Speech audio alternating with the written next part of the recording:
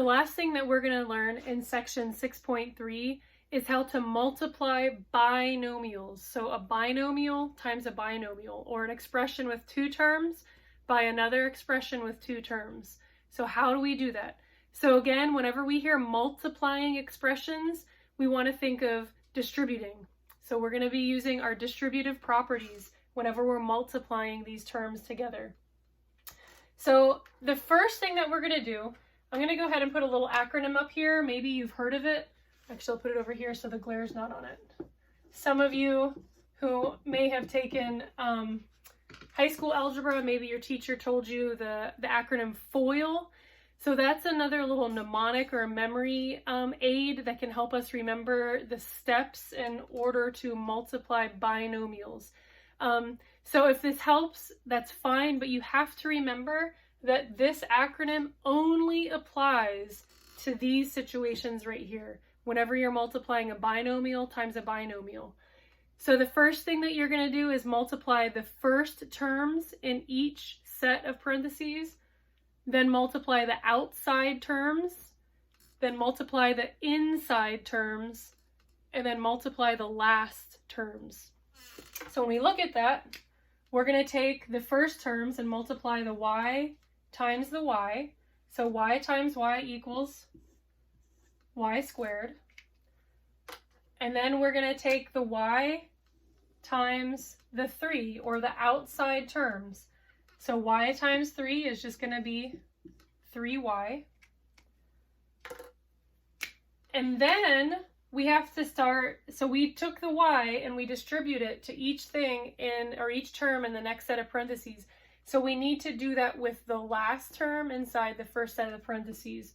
So we're going to take that 9 and distribute it to the first term in the second set. So 9 times y is just 9y. And then our last distribution is 9 times 3, or our last. So the last number in each set of parentheses. So 9 times 3 is 27. So remember that when we're distributing or multiplying binomials, you take the first term in the first set of parentheses and multiply it by each term in the second set of parentheses. Then you come back and you take the second term that's in the first set of parentheses and you multiply it by each term in the second set of parentheses. So that way you're making sure that every term gets multiplied by every other term that's available. Now when you get to this point, you're going to end up with 4 terms. However, that's not the end. You have one more thing that you need to do. So again, we need to remember our combining like terms. So when we look at this, we can see that our middle 2 terms are alike and we can combine them.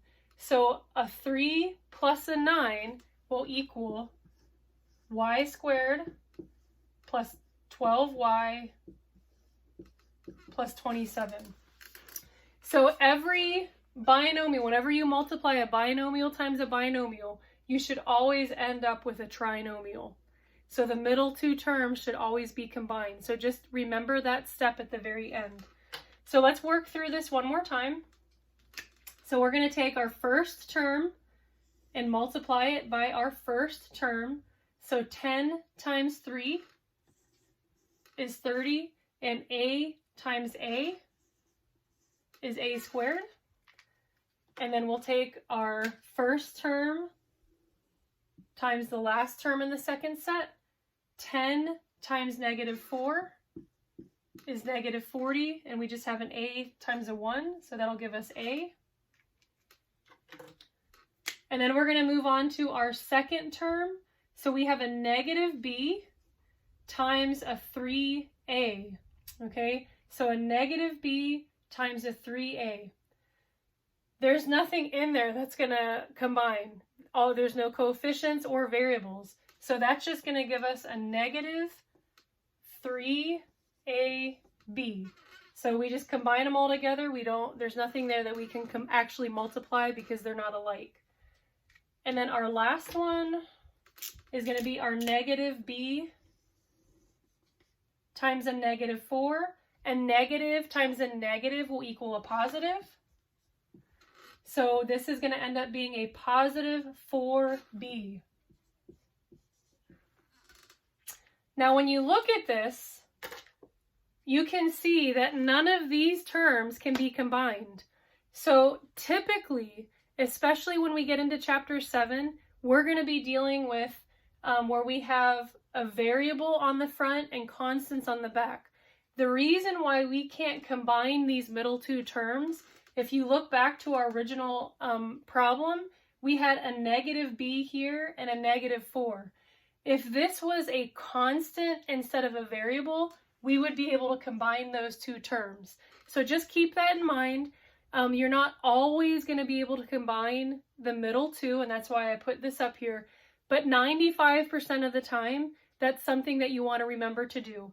Look at those two terms in the middle and see if you can combine them. Because if you have a variable on the front and then two constants, a constant on the back of each set, you should be able to combine those middle two terms. So this is just a brief overview of how to distribute properly between two sets of binomials. So again, this should get you started on the homework, and we'll get started on section 6.4 in the next video.